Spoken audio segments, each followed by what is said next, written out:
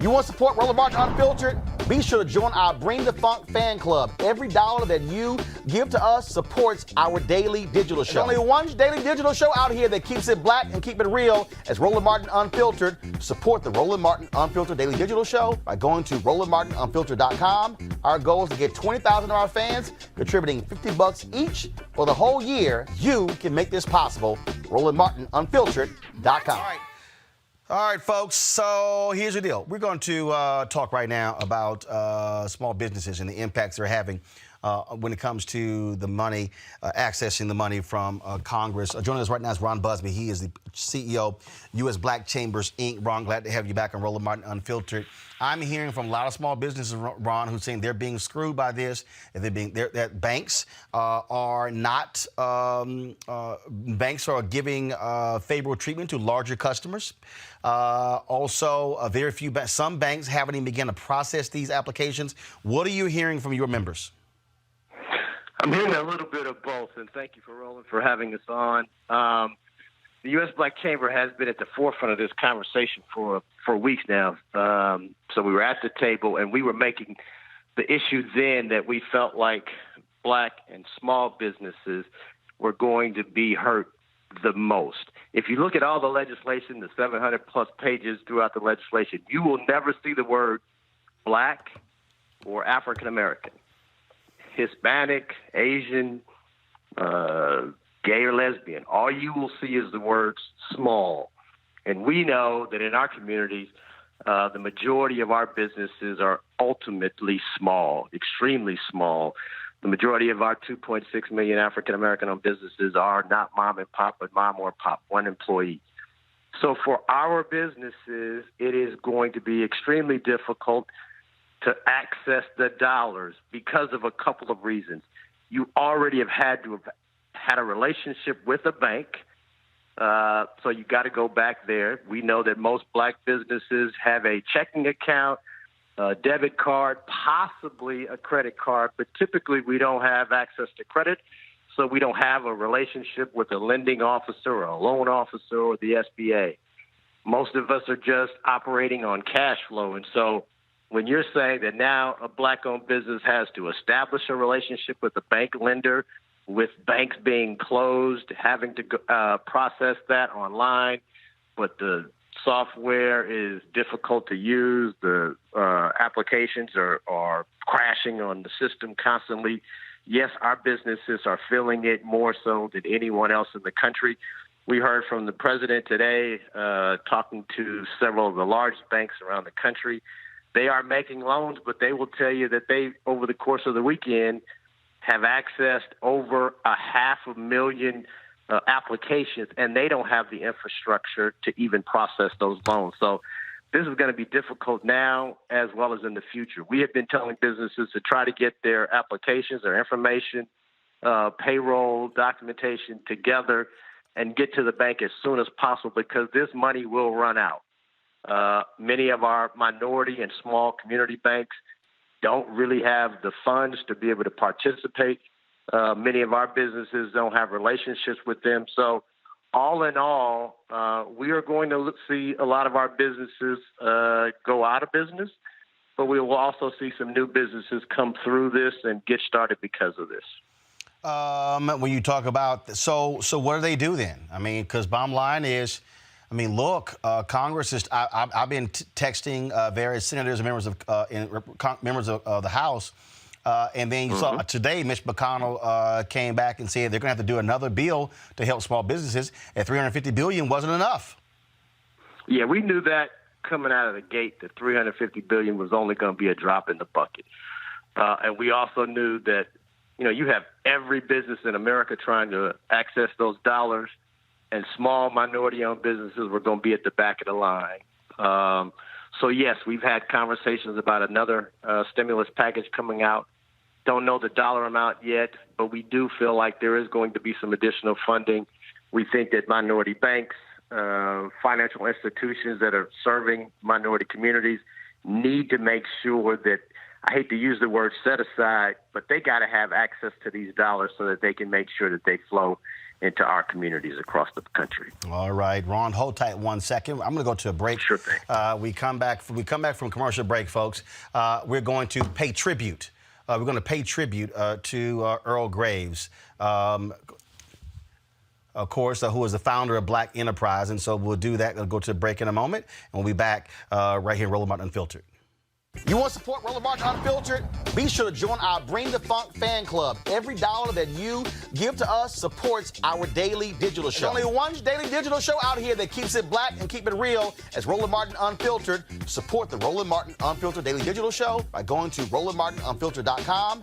Our goal is to get 20,000 of our fans contributing $50 each for the whole year. You can make this possible. RolandMartinUnfiltered.com.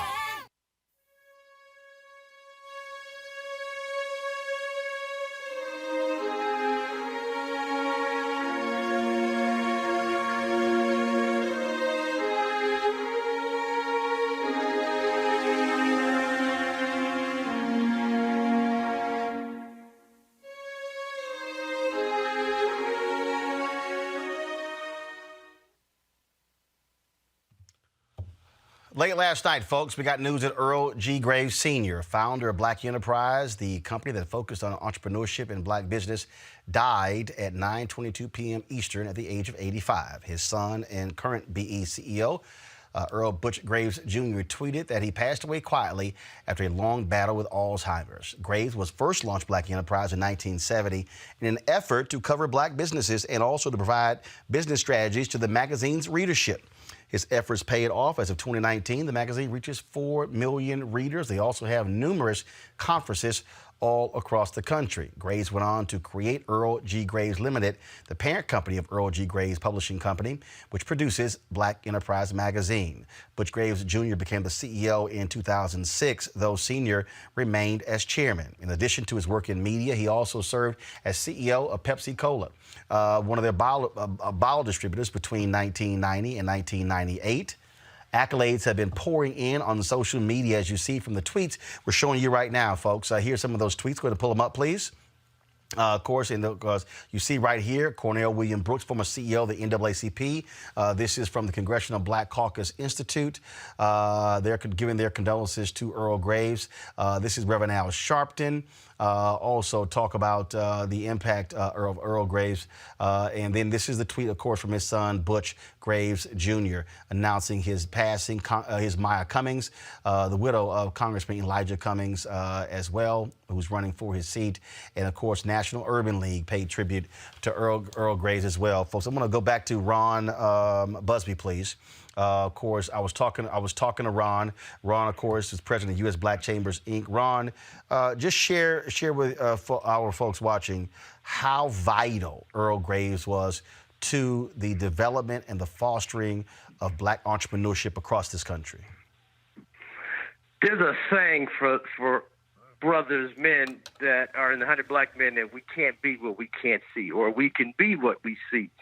So many African Americans saw the future of black business through Black Enterprise. We were able to flip through the pages and see our future as well as our present. He was not only the editor, the business owner, but a visionary, and allowed that vision to transpire to black people across the globe. You have had young people in other countries all recognize what he has done for our community. And for that, we will always and forever be indebted. Personally, I was able to meet him so many different times. As a small business owner, I was in his top 100. That gave us the accolades that other companies around the country said, hey, if they're good enough to be recognized by Black Enterprise, they're good enough to do business with our firm. And I think so many of us don't get that acknowledgement from regular organizations. Black Enterprise was that entity that allowed us to showcase who we are, what we do, and more importantly, what we can do when we're given the opportunity.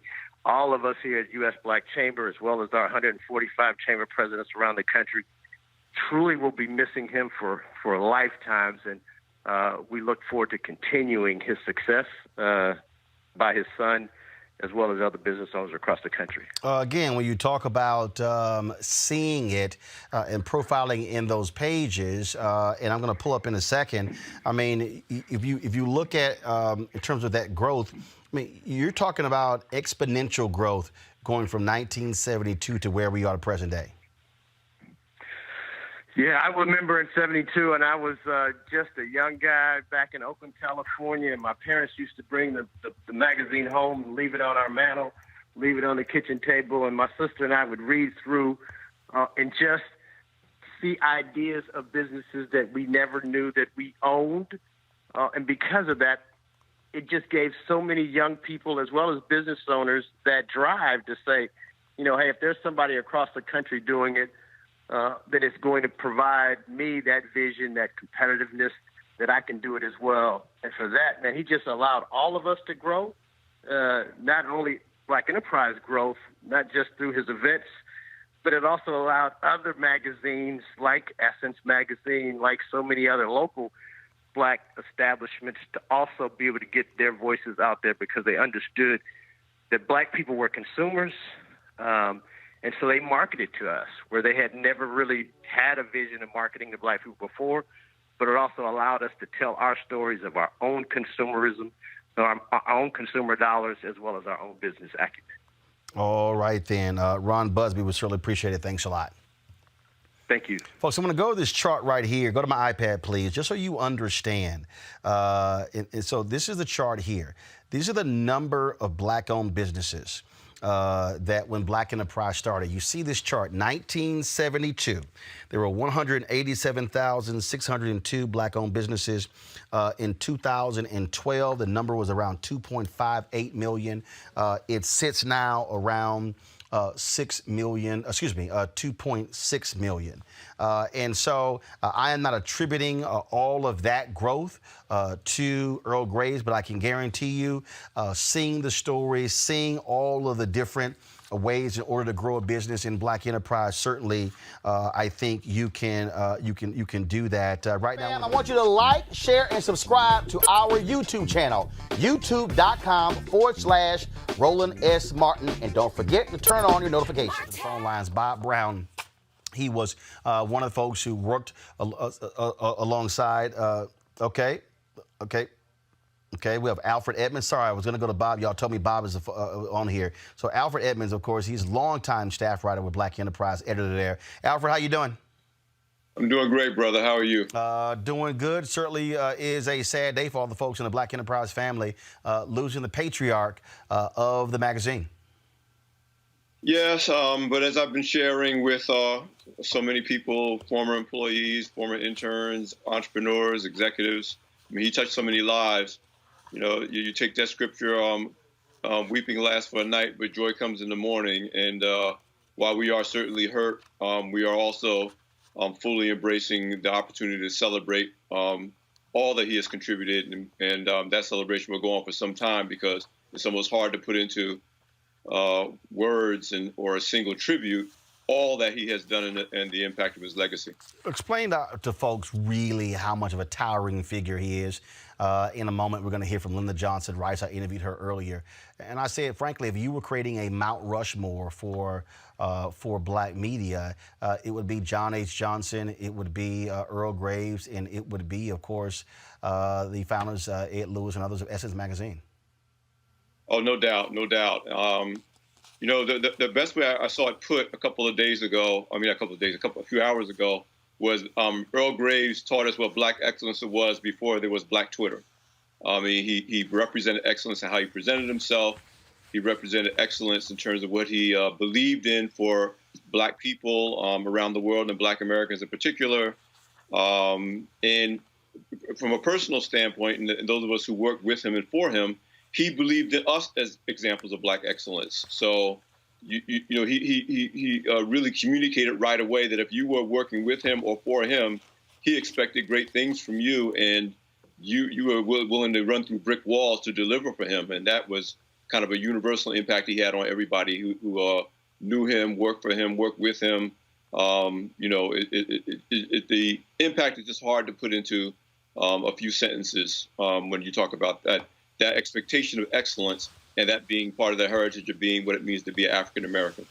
The BE 100s, of course, the list of the top 100 black-owned businesses, it was a huge creation. When you think about Fortune lists, when you think of these other different lists, what it really did was serve as a barometer for many of these black-owned businesses, but also it sent a signal to the rest of the country that there were black folks who owned companies that were at scale.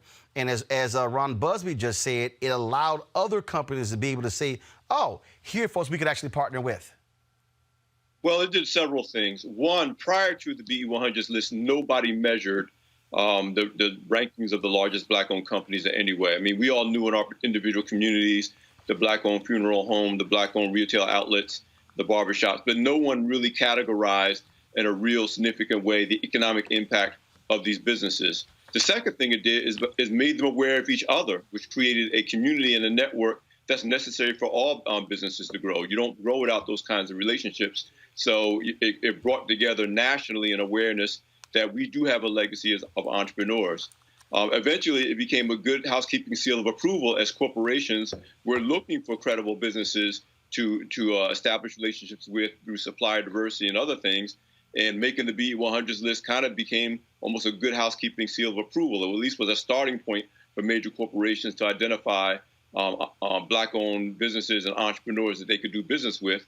And all of that spurred what you talked about a little earlier, the exponential growth of black-owned businesses over the last 30 to 40 years, because all those things came together to put black business on the map. No longer could corporations say, oh, I'd love to do business with the African-American community, but I can't find qualified businesses to do it. The BE 100s list in particular took that away and created even more wealth in the black community as a result. Obviously, we know about him professionally. Just give folks a sense of what it was like personally for you. Well, first of all, I mean, his impact on us as young people, I got hired at Black Enterprise at age 26. My 27th birthday was a few days after I got hired. He was a big believer in getting the best and brightest young people he could find and putting us in positions of authority and responsibility, trusting in our talent, knowing we would make some mistakes, but getting out of our way and let us grow. And if you look at the roster of current and former Black Enterprise employees, interns, editors, salespeople, and how we've gone on to do great things in our own careers, that was because Mr. Graves, he didn't just talk about investing in young black people. He really believed in it. I took over the magazine at age, I wasn't even 35 yet. Cheryl Hilliard Tucker, who was made the leader of the magazine when she was in her late 20s. And I could name person after person, Derek Dingle and others, who we got the reins of authority in our early 20s. And that went to our interns who are going on to do great things. The second thing was great is that it was fun to work for. I mean, you took a certain amount of pride in realizing that we were among the best of the best. We walked around knowing we were among the best of the best, because you don't last long at Black Enterprise if you don't believe that and you don't deliver that. But also, he has a great sense of humor.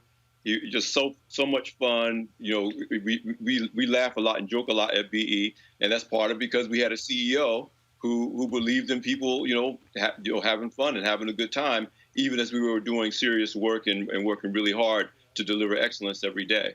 So it was always a fun place to work, especially back in the day when I was young. But did you ever say, Mr. Graves, when you gonna cut them lamb chops? Not me. You ain't getting that from me, bro. I had the pleasure of editing his column, our award-winning column, and won a number of NABJ awards, as well as other awards, the publisher's page, that he had continued even up until only a few years ago when he stopped doing it. And so I got to literally sit at his feet, at least once a month, more than that, because I had to work with him on his column and what he wanted to say and how he wanted to say it.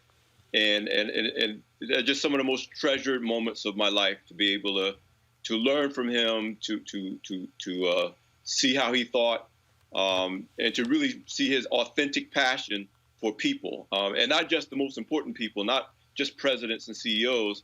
This is a man that, bell caps and waiters and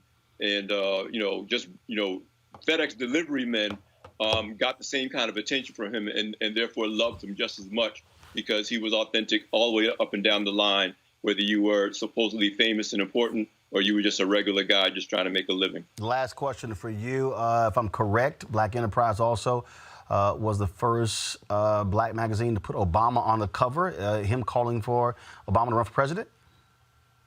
Yeah, I mean, that's another great example of, me and Butch Graves, the current CEO, the oldest son of Mr. G, and Derek Dingle, we often joke that Mr. Graves is probably say, "What are you guys doing?" But joking aside, he trusted us. And when we suggested to him that we had another cover planned for that first issue that he was on the cover, and Barack Obama was on, I think, 5 covers in total, ultimately. But the first cover when he was running, that was the second cover, actually, when he was running for president, we went out on the limb and said, we think we can win this thing. And that was before it was apparent to the rest of the nation that that was a possibility. Mr. Graves trusted our judgment, gave me and Butch and Derek his blessings, and we went forward and put him on the cover, and it turned out to be prescient. But that's just another example of how Mr. Graves really walked the walk of saying, I hire my people, I believe in my people, they're the best and the brightest you can get. And he bet on us, and he won a lot because he bet on us, and we believed in ourselves because he believed in us. All right, Alfred Edmonds, man, was always appreciated. Certainly our thoughts and prayers go out to all of the employees of Black Enterprise. He certainly was a towering figure, someone who was greatly respected, not only in the magazine business, but certainly within the space of Black media. We appreciate it. Thanks a lot. Thank you, Roland. All right, folks. Joining us right now is Bob Brown. Bob was a close associate, confidant, board member of the Southern Christian Leadership Conference under Reverend Dr. Martin Luther King Jr. Then he went to go work for the Nixon administration as his top black aide. Bob, how you doing? I'm doing great. How you doing, Roland? Bob, it's always good talking with you. When I interviewed you a few weeks ago, I had not finished your book. Of course, your book is right here. You Can't Go Wrong Doing Right. How a Child of Poverty Rose to the White House and Helped Change the World by Robert J. Brown. And in this book, you talk about Earl Graves. And in this book, you talk about the creation of the Office of Minority Business Enterprise within the Department of Commerce under Richard Nixon. You say here, I'm going to read this here, we took a lot of flack from Democrats and other skeptics who claimed Nixon didn't care about Black America. Still, even some diehard Democrats knew that blacks inside the Nixon administration were quietly pushing the agenda endorsed by Dr. King. One of those in the know was my old friend Earl G. Graves, who was a leading black Democrat at the forefront of pushing for black entrepreneurship and economic growth. He saw that with the OMBE, Nixon was reaching out with a program unlike others. Thank goodness you were there, because he was about $100,000 short of raising the money to launch Black Enterprise. And you had to fight a lot of white folks who were like, Bob, we are not giving to this black man. Yeah, Roland, you're right. Earl, I go back a long way with Earl. When he got out of the military, Earl was a top military guy, and he was really gung-ho. And he came to work with me at the Federal Bureau of Narcotics in the New York office. We worked in the same group there, and there were very few blacks there at the time, and Earl came in from the first day. He made a statement there at the Bureau, and we became close friends. We traveled together. He used to visit me here in North Carolina all the time with his wife Barbara and his sons when they were little boys. And then he called me one day and said he was going to he was start Black Enterprise, and he was going to do a lot of this and a lot of that. And I said, well, I'll be supportive. And but even before then, we worked with Robert Kennedy together. Earl was administrative assistant to Mr. Kennedy in New York, and we worked in his campaign together until he was killed. And then we all got together at Earl's place on Long Island, and along with Johnny Ford and several others who were working with him. Johnny Ford, the mayor of Tuskegee, Alabama, and we decided that we were going to do different kinds of things. Earl and those stayed with the campaign at that time, the Democratic campaign of Humphrey, and I decided to go with Nixon with some of my friends, my other friends, and it was quite a time. We remained friends. Did we lose Bob there, folks? Let me know. Let me know when y'all got Bob back. And so this is what Bob writes in his book. I encouraged him to apply for one of the first OMBE grants when word got out that Earl Graves, a big Democrat and a frequent critic of Nixon, had applied for the grant. That was heated opposition from partisan Republican operatives who didn't want it approved. I argued forcefully that Earl wanted the same things we wanted for Black America, and that if we helped him develop his business, he would support economic development in the Black community. They told me I was nuts, not to mention naive and probably numbskull too. My final response was, process his damn application, Bob. That's exactly what I told him, and they processed it too. Yeah, and he got the money, and it helped to launch him forevermore. He was a great human being. He was my friend for many, many, many, many years. We worked together. We did a lot of things together in politics and business, and he was a magnificent human being, and I will always remember him fondly. Bob Brown, it was a pleasure talking with you, man, to reflect back on the life and legacy of Earl Graves Sr. Of course, that photo right there is a photo of you, of Johnny Ford, and Earl Graves enjoying a huge laugh there. And so it's always been great talking with you. Mm-hmm. Well, if you're trying to do the right thing and you're trying to lift up our people, it doesn't make any difference between Democrats and Republicans. I've worked on both sides, and wherever we work, we've got to be for our people. We got to lift up our people. Yes, indeed. Bob Brown, we appreciate it, man. Thanks a lot. Yes, sir. All right, folks, joining us right now is one of those other titans of Black media, Ed Lewis, who was the co-founder of Essence Magazine. Ed, welcome to Roland Martin Unfiltered. Roland, how are you, my friend? I'm doing great, sir. Just want to get just your initial thoughts on us losing one of our titans, Earl Graves Sr. Well, you know, Black Enterprise started in August of 1970. Essence started in May of 1970. So we're both celebrating 50 years of publishing and doing something so meaningful, I think, for our community. And certainly I take my hat off to my dear friend, fellow publisher, who we tried to make a difference with regard to how we were being dealt with economically within our community. Give folks, Ed, give people an understanding what life was like. What was it like for startup magazines, Black magazines, 1970, 2 years removed from the assassination of Reverend Dr. Martin Luther King Jr., the tumultuous 60s. Black media companies today are able to do deals with major advertisers. It was not easy for an Earl Graves Sr., for you at Essence, or for John H. Johnson's at Ebony. No, indeed. We were always fighting the fight to get accepted, particularly for the audience that we represented. Advertising was always an issue with regard to all our magazines, and we fought hard. One of the things I'm deeply feel very good about is the way Earl, John Johnson and I worked together, going collectively to advertising agencies and to major corporations, and selling them on the importance of Black media, a Black company. It wasn't about us individually making efforts on our behalf. We wanted to make sure that Black media was heard, and we wanted to get our fair share. So we worked together.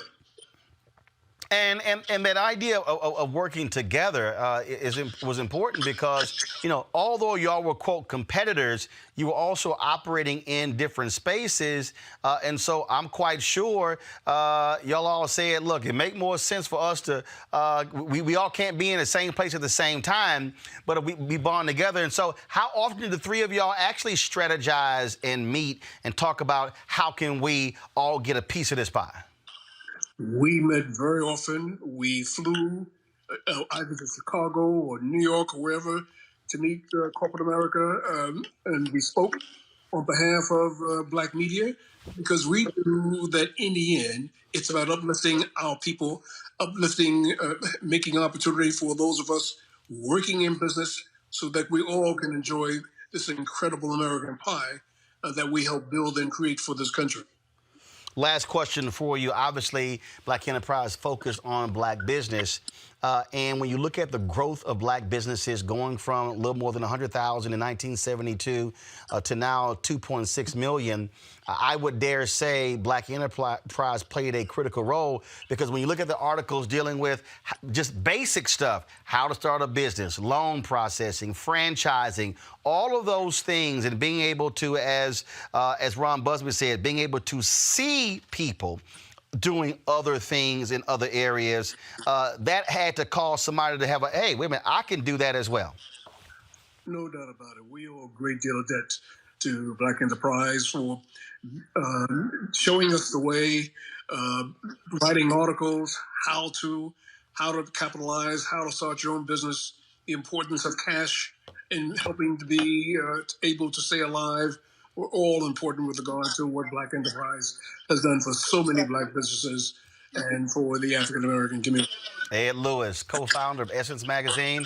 Ed, it's always a pleasure talking with you. Thank you so very much. My pleasure, my friend. Take care. All right, folks, before I came live on the show, I had the opportunity to record an interview real quick when I was at home with Linda Johnson Rice. She, of course, the daughter of Ebony Jet founder John H. Johnson. Here's our conversation about Earl Graves Sr. So, Linda, we've lost another titan, certainly one of our legends, and of course, in the Black media space, one of, frankly, the pillars. No question about that. First of all, Roland, thank you for having me on and asking me to talk about Earl Graves, an incredible icon, a giant of a man, a friend of my father, John Johnson, that's for sure, and someone that, for me, I've always looked up to and admired and respected. You know, the Johnsons and the Graves were always good friends. I mean, it goes back for decades. And so I think there's always been a great deal of respect and admiration for everything that Earl Graves and Black Enterprise and all of the offshoots of Black Enterprise that have developed over the years. We've always had a great respect, and I've always had a great respect for him and for his family. And I had the great fortune to speak to his son Butch this morning and express my heartfelt sympathies to he and to his family. And when we think about the role played, I mean, when you look at history and culture and entertainment, when you think about Ebony, when you think about Essence targeting Black women, when you think about Black Enterprise with Black business, I mean, really, you know, Ebony, Jet, Essence, Black Enterprise represents the Mount Rushmore, if you will, of Black media. Yeah, that is absolutely true. That is absolutely true. And you know, Black Enterprise really came along and filled that void where there wasn't really a voice for business, just strictly for business. I mean, you had white counterparts, you had Forbes magazine and Fortune magazine, but there was nothing really that was strictly for business for African Americans, and voila, here's Black Enterprise. And they've just done a tremendous job of chronicling so many things that have happened, both good and bad, the trials and tribulations, and the challenges that African Americans have faced with Black business. And that all is thanks to Earl Graves. I mean, he is the one who opened that door, who started to write about this and report about this and really help us to see ourselves as business people and to help us try to think about how to develop our own business, how to be entrepreneurs. And so that's what's so wonderful about Black Enterprise and about what Earl Graves really founded and started, and that his son Butch continues. He also was someone who I think that people, if you're in the black media space today, whether it's black owned or black targeted, you really have to, I believe, show appreciation to Earl Graves, to your father, because 1970, you're talking about 2 years after MLK is killed. Uh, Corporate America, okay, we're looking at black, but they really went in and were the ones who were saying, no, we have an audience here. You should be advertising to. So when you look at people who are able to go out, I mean, the platform that I have, be able to go out and get sponsors. I mean, really, Earl Graves and John H. Johnson really were the ones who broke through those doors to get those meetings, to get these companies to understand there was value in the black consumer and they needed to advertise. Oh, there's no question about that. And you would be surprised how many times John Johnson and Earl Graves worked together to really break the doors down for mainstream marketing, to really understand, in mainstream companies to really understand the value of the African-American dollar. They weren't really rivals. They were really more friendly competitors and compatriots, and really did work together on a lot of things. I'll tell you one quick story. My father served on the board of Chrysler Corporation for several years, and when it came time for him to retire, the one and only person that he recommended take his place was Earl Graves, and it did happen. Absolutely. I'm sure it did. I'm sure it did. Yes. Absolutely. Because he knew that Earl would continue to be a champion for African Americans, and that Earl would speak on their behalf in order to get their just dollars that are deserved in the African American community. Last question for you. You talked about Earl being this big man. Physically, he was a big man. Yes. And I think for a lot of people, the lamb chops are also very intimidating to a lot of people. Seeing this former, I think he was a Green Beret. He was in Special Forces. Coming in, that voice and that presence. Yes, indeed. You would never forget him. Very imposing, but I also think very warm and very engaging. And yes, he did lead with the lamb chops, which I loved. That was so distinctly him. And so these are the ways that you remember somebody. These are their characteristics. These are the things that that are indelibly etched in your mind about him. The wonderful, wonderful man. All right, Lyndon Johnson Rice, we certainly appreciate it. Thanks a lot. All right, folks. One of those young upstarts who looked at what Earl Graves did and wanted to follow in his footsteps is Keith Clinkscales. Keith, of course, was founded Vanguard Media, had owned Savoy Magazine, as well as Honey, Heart and Soul. Keith, I don't think people really, people who, they might have read Black Enterprise, but an Earl Graves Sr. really meant something to those of us who committed ourselves to work in black media because of all the barriers that they knocked down. I mean, Earl, he represented so much. He was basically the person that helped to establish what black media should be about. He helped us get black executives. He helped us get black business. And more importantly, he taught us the importance of politics. You cannot make things work unless you put all these things together, and he created quite an amount of influence. And when you talk about that influence, as somebody who stepped out there, worked at Vibe magazine, then launched his own company, share just some of those conversations, advice you may have gotten. I mean, even though he was, look, you're a Kappa, I'm an Alpha, and he was in that other little fraternity, Omega Psi Phi. And with, as a matter of fact, and I got some photos. I can't find, they were not digital then, but I remember we were at some event, and there's a photo of him, this huge laugh from him, because we were joking about, of course, him being Omega and me being an Alpha.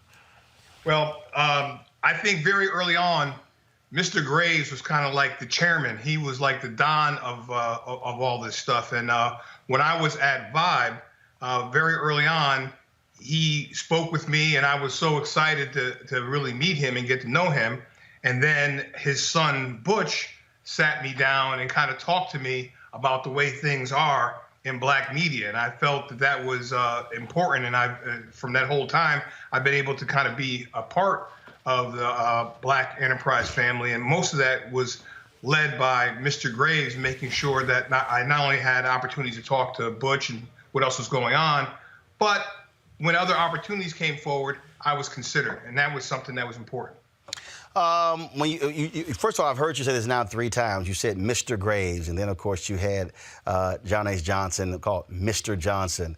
Yeah. There's a level of respect that's been afforded to both of them because of their pioneering status in this space. Well, yeah, not just because of their pioneering status. I mean, what they did, Roland, I mean, you know how hard advertising is. You know how hard it is to run one of these businesses. And you go back to 1970, as you so eloquently put, 2 years after King, a lot of things, the black advertising that we've had today exists because of Mr. Johnson and Mr. Graves. They were courageous. They would go sit in people's offices. They would explain the importance of this marketplace. So if we didn't have that, you wouldn't have anything today. I was fortunate to run Vibe, but by the time that happened, you're talking about almost 20-something years of Essence, of Black Enterprise, of 30 years of Ebony, and that helped to at least shape a marketplace. The thing that we have today where people understand the power of the black marketplace, it comes very early on from people like Mr. Graves, making sure not only to talk about just the market, but making sure people got the opportunity for jobs, for positions. That's how that happened. And when you talk about creating folks in other different spaces, look, it was also validation of your business. If you were able to be in Black Enterprise, for those who are black journalists, the opportunities, whether to write for a BE, to write for an Ebony or Jet, to write for an Essence as well. And that's the thing I think people don't realize. Those magazines served as a springboard for so many other different spaces, and not just in terms of whether you're at a business or you're a journalist. I mean, look at the people who worked at PR firms, the people who worked in other ancillary businesses, this whole ecosystem that these magazines created. Yeah, and Roland, the other thing is just how black people expanded to other media, into radio and into television, and having influence in different places where the major advertisers were not as afraid of them because they started to see the business in working with people of color. When you think about what has happened, especially if you had Ed Lewis on earlier, you look at how powerful Essence has made the black women's marketplace. A lot of that came from what Black Enterprise did in terms of speaking about markets, speaking about the opportunities for people, showing black CEOs, showing people like Ken Chenault. Where does Ken Chenault come from? Ray McGuire. You see some of these executives come along. Miss Hughes. When you see all these people, they come through those pages. They come through that opportunity. This is it's a sad day, but at the same time, it's the foundation of what we have. And that's something that his family and Mr. Graves' legacy can be extremely proud of. All right, Keith Cleanskills, we surely appreciate it, man. Thanks a lot. Thank you, Roland. All right, folks, right now I want to play a video, actually, the Black Enterprise folks put together on their YouTube channel saluting the founder of Black Enterprise, Earl Graves Sr. Here we go.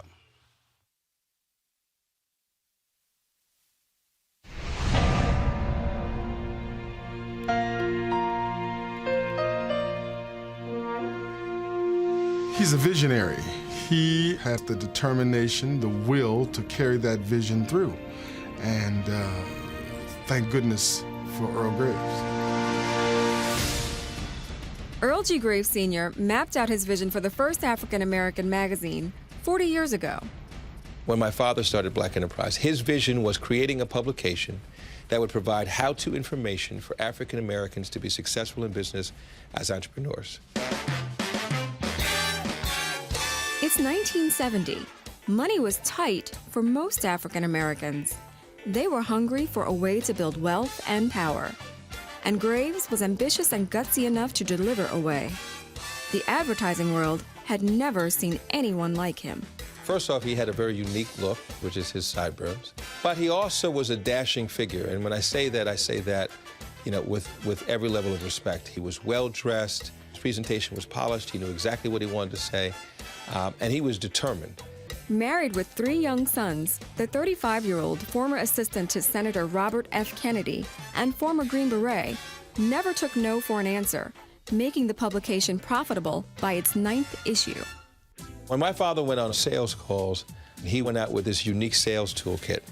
And so we'd open up his kit, and he'd get to his first card, and then he would take people through what is Black Enterprise about. I remember my father telling me a story in regards to how difficult it was for him to secure advertising. He went to go see a top advertising agency. One of the gentlemen looked at him and said, "Black people only drive used cars and drink half pints of liquor. Why would we want to advertise in Black Enterprise?" And he said it infuriated him, but he was cool about it. And he ultimately won the gentleman over and won the account over a period of time. The fact that he's so authentic, I think that's why businesses listen to him. I think that's why the broader Black community listens to him, because everybody really respects what he says because they know he's really genuine about what he's saying. His vision has become a multi-million-dollar media empire that now encompasses Black Enterprise Magazine, 2 award-winning television shows, a state-of-the-art website, iPad and mobile phone apps, world-class business conferences, and more. With a welcoming handshake, Graves has greeted policymakers from every arena, earning their respect as a trusted resource. Today, Black Enterprise is under the leadership of his son, CEO, Earl Butch Graves Jr. The most important lessons I learned from my father was that he never put his family second.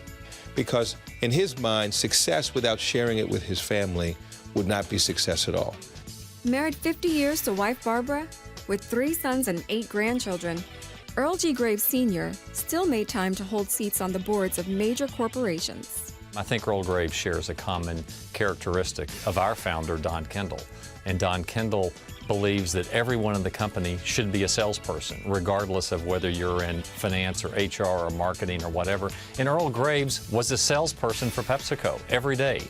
I think the reason we got our products into American Airlines was because of Earl Graves. He's a long-standing civil rights activist.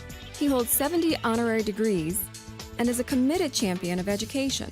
It gives me great pride to announce a pledge of $1 million to my alma mater, Morgan State University.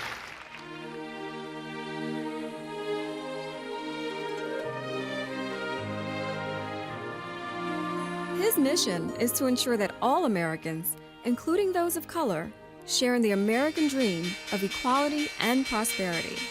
This man has taken risk on behalf of all of us and has achieved greatly. And I think for that, we're all achieving more for it. Congratulations. All right, folks. And again, that was a video that was put together by the folks at Black Enterprise. You heard in that video Earl Graves Sr. talking about his alma mater, where he really got his business start at Morgan State University in Baltimore. Well, joining us right now is David Wilson. He is the president of Morgan State University. President Wilson, glad to have you on the show. Roland, thank you for having me on this evening. Earl was in that other fraternity. We know what the real one is. I'm just, but it's so interesting. He really loved Morgan State. I'm sorry, but can you repeat that? I said he really loved Morgan State University. Oh, I mean, Earl Graves Sr. Was the epitome, if you will, of the Morgan graduate. He was the quintessential Morganite. He loved Morgan State, and Morgan State loved him back. I often say that in my 10 years as president at Morgan, and I have been in the company of Mr. Graves, I mean, numerous times. I can count on one hand when I've seen him, and he did not have orange and blue on. I mean, he had the orange and blue bow tie, the blue blazer, and even would wear orange and blue checkered slacks. I mean, he really loved Morgan. Well, and we loved him back. And as as I was making my way into the presidency at Morgan, I reached out to him as I was leaving Wisconsin. I had never met him, and reached out to him in 2010, and we had a great conversation. And he said, I think we should have regular conversations because it was a transition period. And so he and I spoke several times before I actually showed up at Morgan.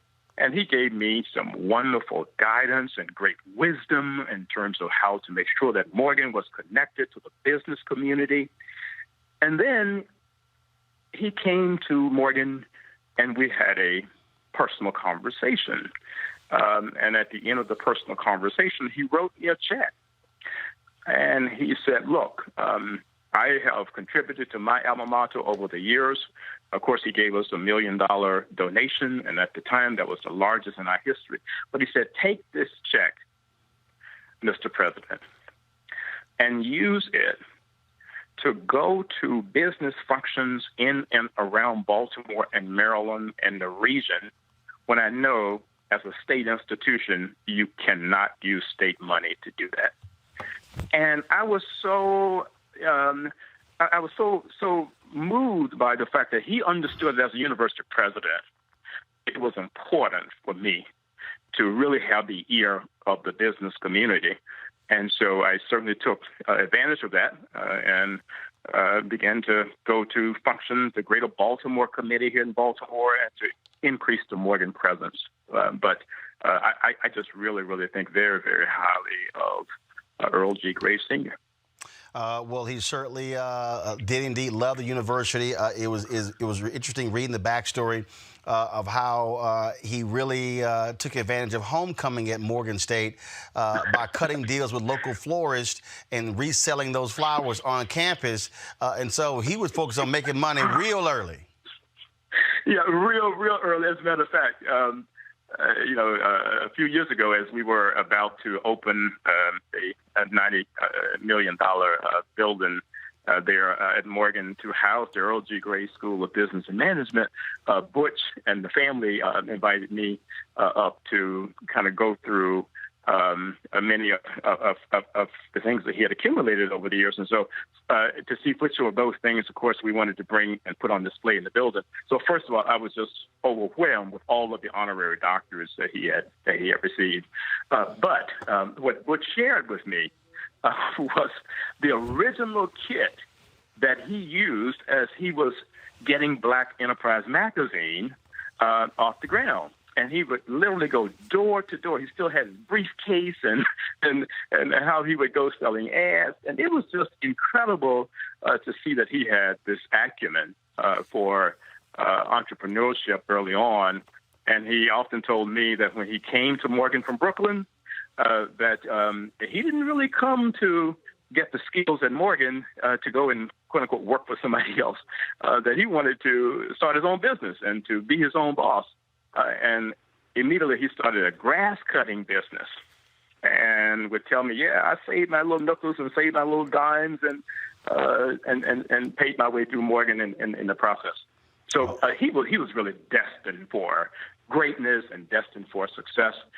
And our current students at Morgan, former students, alums, we just adore Earl G. Graves Sr. David Wilson, President, Morgan State University. I appreciate you joining us for this tribute to the life and legacy of Earl Graves Sr.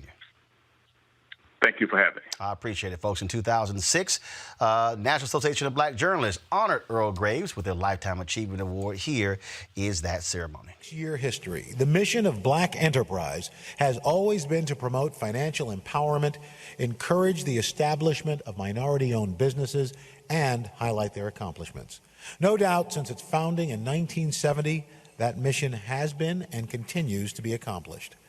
The face and visionary behind that brand is none other than Earl G. Graves Sr. Taking a look back, Earl grew up in Brooklyn, New York. He went on to graduate from Morgan State University with a Bachelor of Arts in Economics. He then enlisted in the U.S. Army.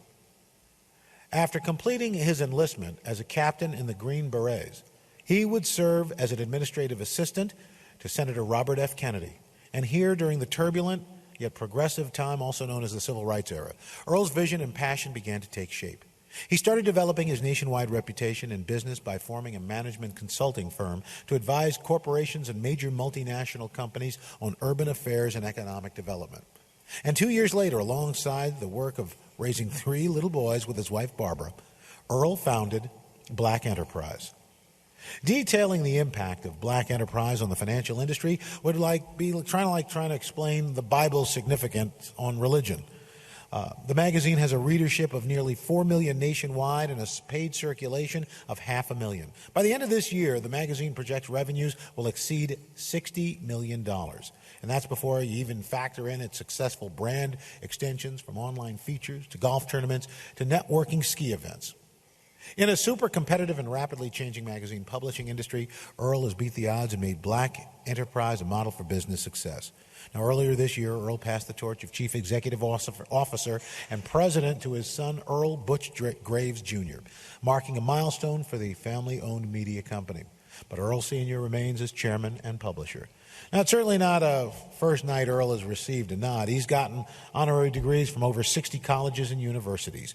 He received the NAACP's 1999 Spring Garden Medal, the civil rights organization's highest achievement award for African Americans. Last year, NABJ recognized Black Enterprise for marking its 35th anniversary. This year, NABJ salutes the man who has had his finger on the pulse of the world of business for the last 36 years and has never let it go. For these reasons and more, NABJ is proud to present the 2006 Lifetime Achievement Award to Earl G. Graves Sr.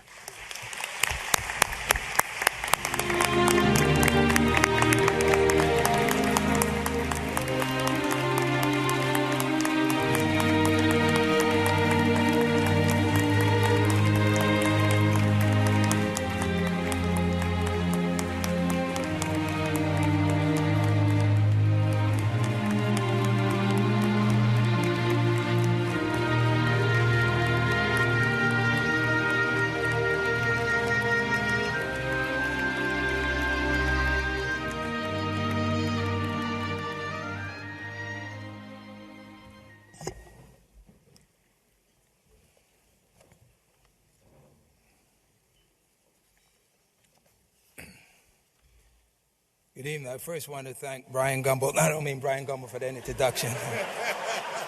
Al Roker, right. We get even with each other almost every time we're on the stage. Thank you. Good evening. My sincere thanks to all of you for that warm reception. And thanks also to the leadership of the National Association of Black Journalists for bestowing upon me this award for lifetime achievement. I know that it helps to be 105 to be honored for one's life achievements, so I'm flattered that the NABJ has chosen to recognize me while I'm still young. I do need to share a short story. They gave me 3 minutes, but I figured 3.5, and it's okay. This morning I was working out in the health club in the hotel, and there was a young man working out, and he was lifting weights and huffing and puffing, and I was glad when he left because it was depressing to see what he was doing and I was not. And then in comes another young man, and he looks up and he goes, "Wow, Mr. Graves." I said, "How are you?"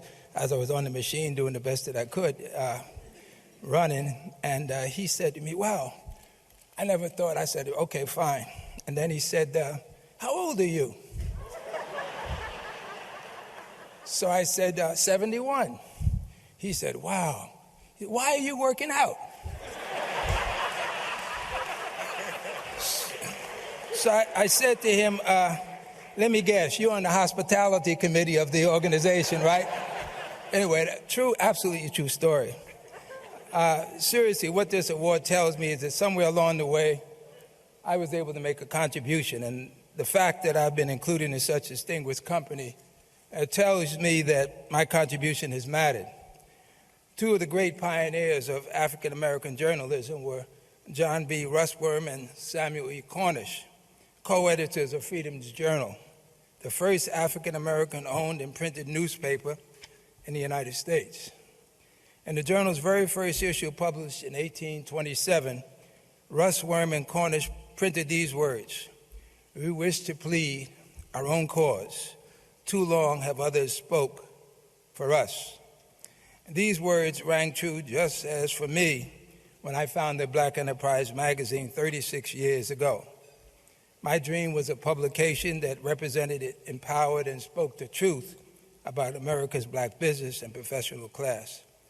To a degree, I think we've succeeded, and if I have, then many of the people who are here tonight representing Black Enterprise are part of that, and I'd like to ask them to stand. Alfred Edmond is leading the charge. Where are the Black Enterprise people?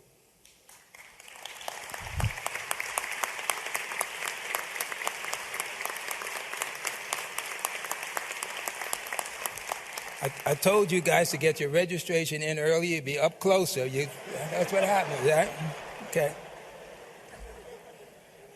To a degree, I think I've succeeded because of the young people represented here, just as a whole generation of African-American publishers, reporters, and editorialists succeeded in bringing a measure of true dignity to the African-American story.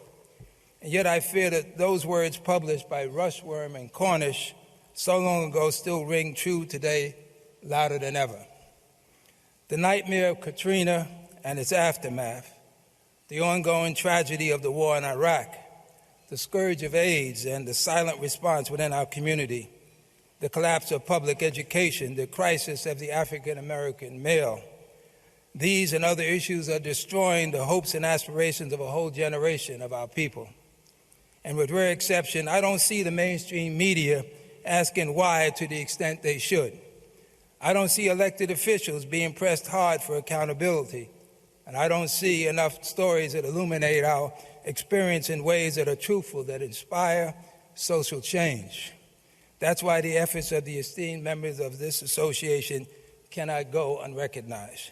You shine the spotlight on the issues that we as a people are facing, both in the black media and the mainstream.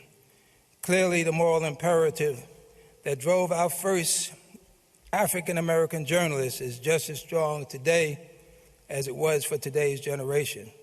That didn't quite come out the way it was supposed to, but it's all right. My message, particularly for the young men and women here this evening, is to continue the legacy of social justice embodied by those who came before you. Use your voice, your talent, and your influence to plead our cause. Because if you don't, the question is, who will? Thanks again for this award. I pledge to continue to strive to be the very best. That was Earl Graves Sr. Getting the NABJ Lifetime Achievement Award in 2006. I want you to like, share, and subscribe to our YouTube channel, youtube.com/Roland S. Martin. And don't forget to turn on your notifications.